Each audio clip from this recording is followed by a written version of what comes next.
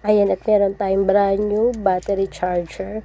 Napakagaan and portable and easy to carry. Anytime na gusto nyo siyang gamitin ay hindi na kayo mahihirapan kasi nga magaano nga. At meron siyang 6 light power display. Ayan, kung nakikita nyo nga. At subukan na natin. At ito na. Meron tayo ditong battery ng motor. Ayan, at ilagay nyo lang yung positive, yung clip natin na red sa positive and black sa negative. Ganyan lang siya. Napakadali lang gamitin ito. Tapos i-plug nyo lang sa 220 volts. Ayan.